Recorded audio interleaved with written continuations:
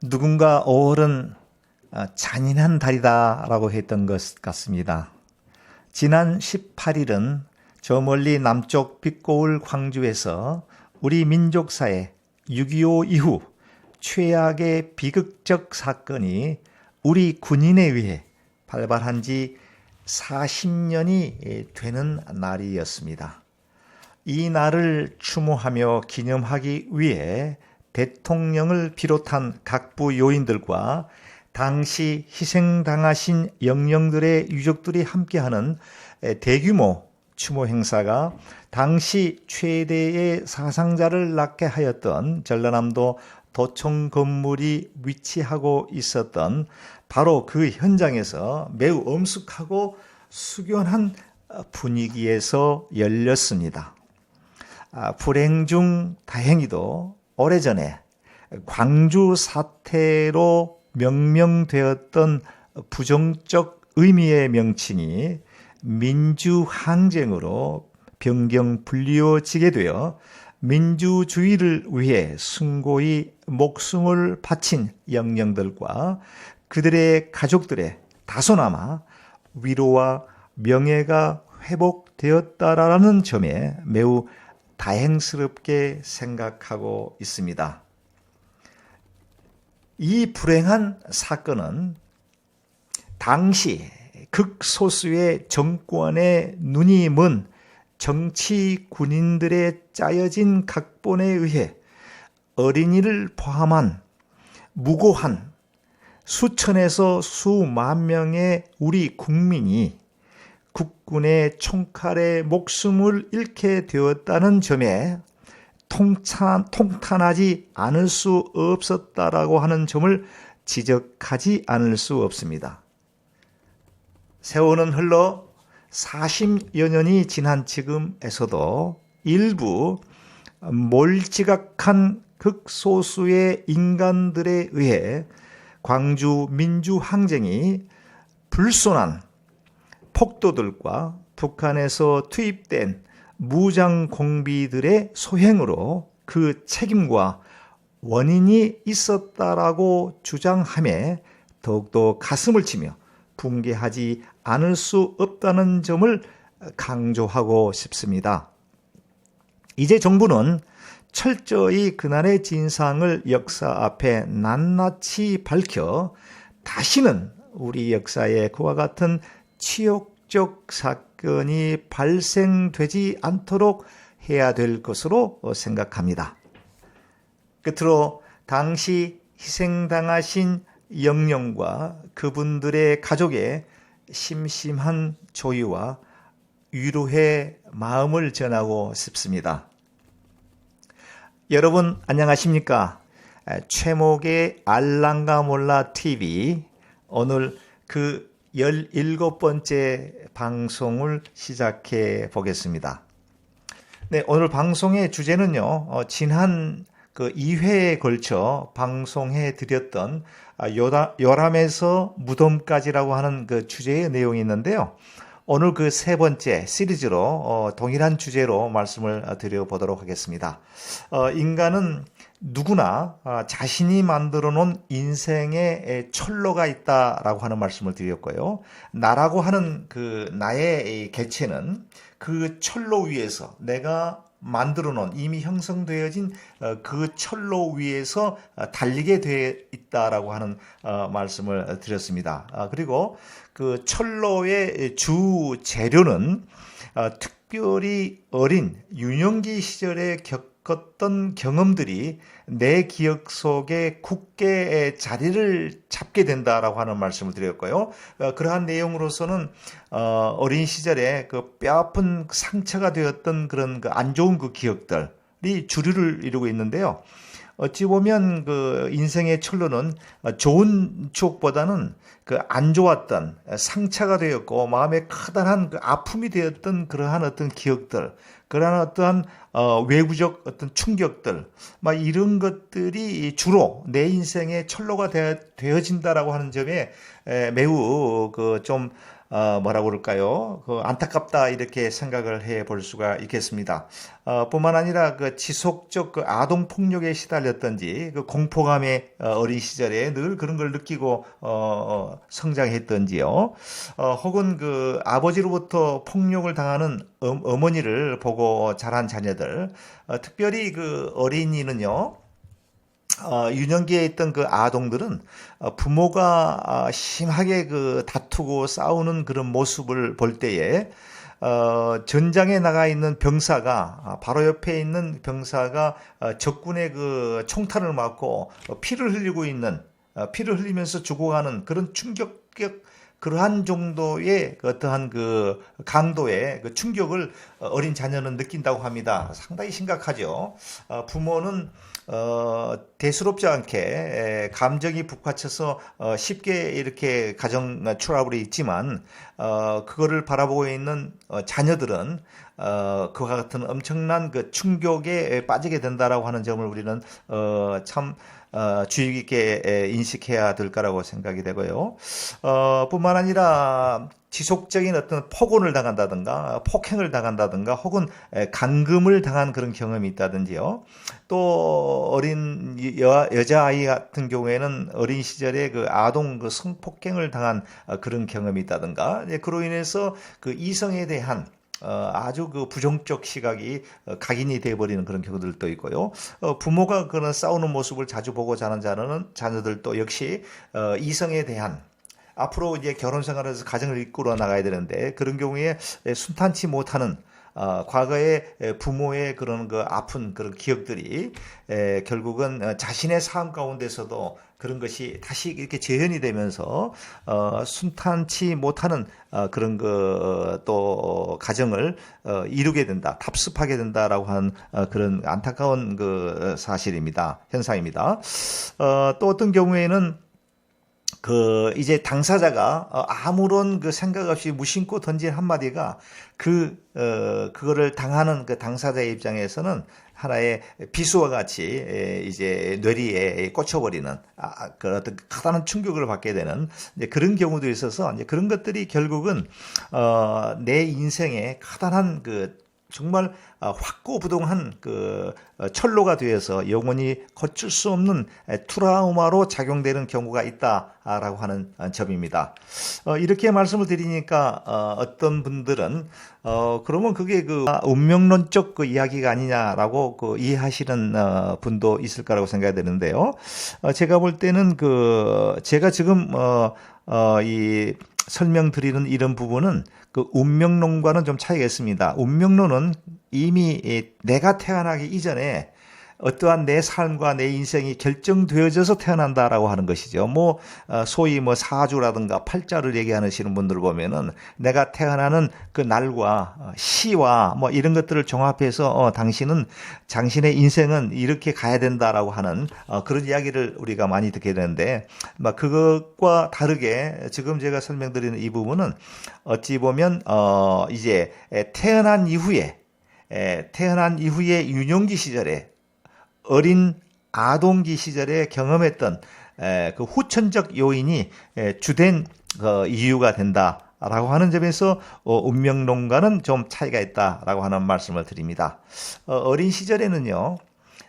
모든 것이 그 외부의 환경 속에서 가까이 있는 사람들로부터 무언가를 전수받게 됩니다. 경험하게 됩니다. 보고 듣고 인식하게 됩니다. 마치 그 스펀지가 그 물을 이렇게 쉽게 흡수하는 것 같이 아주 그 깨끗이 텅 비어 있는 어떤 이런 공간에 하나 둘씩 보고 느끼고 경험하고 마음에 커다란 어떤 부담을 느끼고 이런 것들이 하등에 뭔가 그 필터링 되지 않고 완전히 다 흡수해 버리게 된다라고 하는 것이죠. 그래서 어린 아동기 시절에 어떤 아동 교육이 중요하다라고 하는 그런 이야기를 하지 않습니까? 네.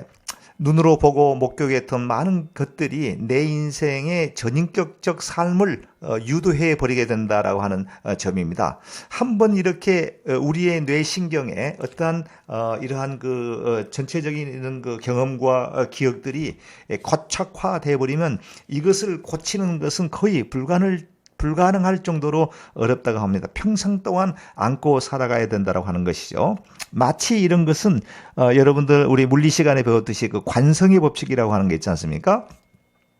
이 굴러가는 물체를 멈추게 하려면 강한 어떤 그 외부적 그 에너지가 필요하듯이, 그리고 그 굴러가는 물체는 그 에너지가 없으면 계속 굴러가고자 하는 그런 성질이 를 우리가 관성의 법칙이라고 하는데요. 과거의 어린 시절에 겪었던 이런 모든 기억들이 부정적 경향으로 우리의 작용을 하면서 그런 것들이 외부적 어떤 그 힘은 에너지를 가하지 않으면 계속해서 그러한 습성대로 내 인생의 삶은 돌아가게 된다라고 하는 점입니다. 그렇다라고 하면은 어떻게 어떤 방법으로 우리 인생에 잘못 형성된 철로를 한번 변경해 볼 수 있을까요? 그 기술적 방법론에 대한 이야기를 한번 해보려고 합니다.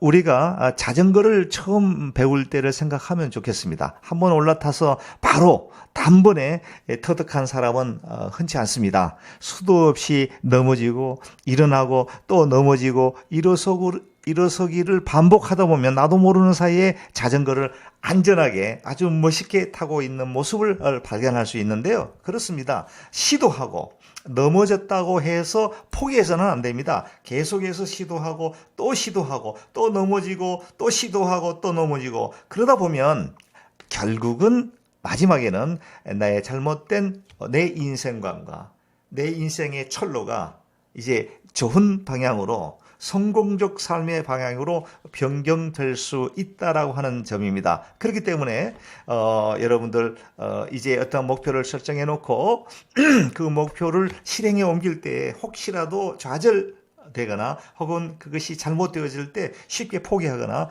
좌절하거나 해서는 안 된다라고 하는 것이에요. 다시 털고 일어나서 다시 한 번 더 출하해 보고요. 계속 그와 같은 상황을 계속 반복하다 보면 결국은 내가 원하는 아름다운 삶, 내 인생관을 형성하게 될 수 있다라고 하는 점을 말씀을 드리고요.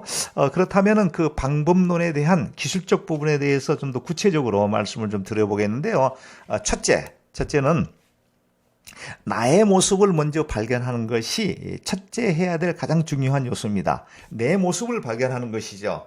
내가 어떤 부분이 부족하고 내가 어떤 부분에 뭐가 나 있는지, 나는 어떤 부분에 결점이 있는지, 어떤 부분에 또 장점이 있는지를 발견하는 것입니다.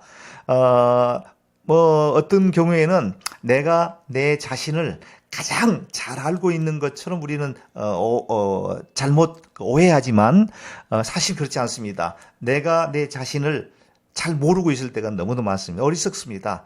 제3자가 나를 바라볼 때에 당신은 이런 점이 좀 부족한 점이 있다. 당신은 이런 점이 좀 고쳤으면 좋겠다. 당신은 이런 점이 장점이다라고 하는 것을 말해주는 그런 경험을 아마 하신 분들이 계실 겁니다. 그렇습니다. 내 자신이 나는 나를 잘 알아라고 말을 하지만 내가 내 자신을 모를 때가 너무 많다라고 하는 것이죠. 그것은 나라고 하는 어떤 이런 테두리라고 하는 속에 내가 거기에 집착되어 있고 매몰되어 있다 보면 내 자신을 분간할 수 없고 정확하게 판단하는데 좀 어려움이 있다라고 하는 점이죠. 그래서 소크라테스가 그런 얘기를 했죠. 너 자신을 알라.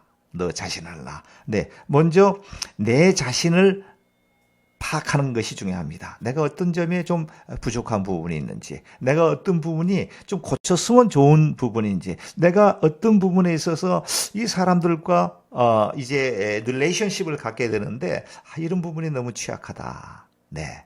이런 부분이 너무 취약하다. 한번 고쳤으면 좋겠다라고 하는 그런 점들이 무엇인지를 한번 메모해 보는 것이죠. 내 자신을 파악해 보는 것이 중요하답니다. 게으른 습관이 될 수도 있고요. 시간 개념을 좀 잘 지키지 않는 그런 경우도 있고요. 어떤 경우에는 약속을 해놓고 쉽게 약속을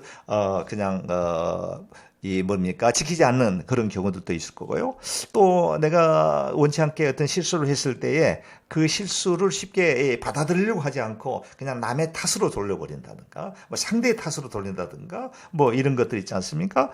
그 다음에 이런 경우도 있을 거예요. 오늘 내가 해야 될 일을 자꾸 내일로 미루는 그런 성격. 그 다음에 그 어떤 상황에 대해서 쉽게 그 포기해버리는 경우. 뭔가를 트라이 하다가 목표를 정해놓고 나아가다가 그것이 잘못됐을 경우에 에이 그냥 포기해버리자 뭐 그냥 살면 되지 이런 것도 좋지 않습니다.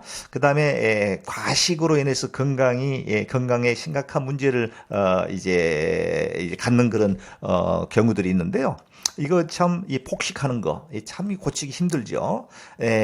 우리 이 몸을 건강하게 관리하기 위해서 식사 조절 음식에 그 조절하는 게 참 중요한데 이거 사람이 망각한다는 거예요. 과거의 습성에 의해서 막 폭식을 하게 된다든가 또 어떤 스트레스를 받게 되면 에라 모르겠다 먹자 먹는 게 남는 거다 하고 막 먹다 보니까 몸이 이제 망가지게 되고요. 살이 찌게 되고 그 비만으로 인해서 여러 가지의 그 증상들이 나타나게 되는데 이런 부분들 있을 수가 있겠고요. 뿐만 아니라 그 이제 거짓말하는 습관. 어떤 부분에 대해서는 그냥 그 진실된 이야기를 해도 되는데 습관적으로 그냥 뭔가를 포장하려고 하는 거짓말을 하는 변명을 하려고 한다든가 이것도 하나의 그 과거의 잘못된 습에 의해서 나오는 현상들이 아닌가 싶습니다. 그냥 진실을 얘기해도 아무 문제가 없는데도 불구하고 그냥 무의식적으로 탁 튀어나오는 게 뭔가 진실이 아닌 거짓을 말하고 있는 경우들도 많이 있거든요. 이런 것은 정말 한 번쯤 우리의 삶을 한번 바꿔보는 것도 좋지 않겠느냐라고 하는 생각이 되고요. 그 다음에 남을 속이는 것들, 자신을 너무 이렇게 과대 포장하려고 하는 것들, 그런 그 심리적 욕구, 그냥 없으면 없는 대로, 모르면 모른 대로, 이렇게 나가야지 되는데 무언가를 이렇게 과대 포장해서 과시하려고 하는 이런 욕구. 아마 그런 것은 이제 내적 그 심리적 그 상황에 뭔가 좀 허할 때, 뭔가 좀 부족할 때 나타나는 그런 현상으로 그럴 필요가 없습니다. 있는 그대로를 우리가 인정하는 게 참 중요한데요. 포장할 필요가 없겠죠. 그다음에 그 어떤 그 지나친 집착 어떤 일에 대해서 지나친 집착이 있을 수가 있고요. 쉽게 이 다혈질, 화내는 거. 이것도 참 우리가 좀 고쳐봤으면 좋겠다.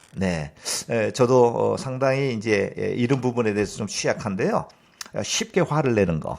이제는 좀 나이가 이렇게 좀 이제 들어가면서 어떤 사안에 대해서 많이 이해하려고 하고 참으려고 하는데 정말 저도 큰 고질병 중에 하나가 쉽게 이렇게 화를 내려고 하는 아마도 이거 어린 아동기 유년기 시절에 뭔가 그 요인이 있을 거라고 저는 보는데 그런 것들을 한번 고쳐보는 것도 참 좋겠다라고 하는 생각을 해보게 됩니다.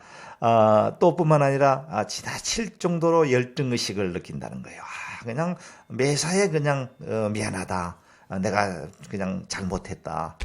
특별히 이 크리스찬들 가운데 어떻게 보면 여기에 상당히 많이 그 실수들을 범하는 것 같아요. 그냥 물론 죄인이죠, 우리 인간은 어려운 사람이 있겠습니까? 근데 지나칠 정도로 죄의식을 길티의식을 느끼면서 그냥 아주 그냥 벌레와 같이 자신을 여긴다는 거죠. 이거는 겸손이 아니거든요.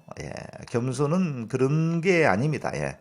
그리고 너무 막 지나칠 정도로 죄의식을 느낀다든가 이래서 그냥 매사에 자신감이 없는 거예요. 컨피던스가 없고 매사에 그냥 쪼그라들고 말이죠. 이런 경우들을 많이 보는데 이런 것들도 정말 우리 어린 유년기 시절에 뭔가의 요인에 의해서 정말 이런 그 성격도 고착화돼 버리는 그런 경우들도 있고요.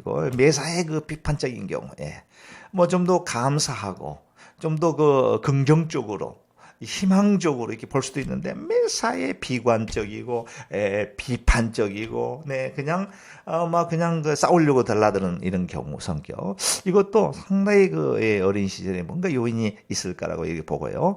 의미 없는 그 아주 그 아무 생각 없는 그 삶을 비관하는 이런 경우 물론 이런 경우는 정신적 그 어떤 그 질환 그 디프레스라고 그러죠. 우울증에 의해서 생기는 경우들도 있습니다만은 제가 드리는 부분은 그런 부분이 아니고 그냥 정상적인 그 육체적 그 멘탈을 가지고 있는데도 불구하고 삶을 그 비관한다든가 이제 이런 경우 이런 것들 이런 모든 것들이 이 어린 아동 그 유년기 시절의 그 잘못 그 어떤 환경적 요인에 의해서 내 인생의 철로가 이게 고착화 되어 버린 그런 것들을 제가 여러 가지 그 외에도 너무도 많이 있는데요. 네.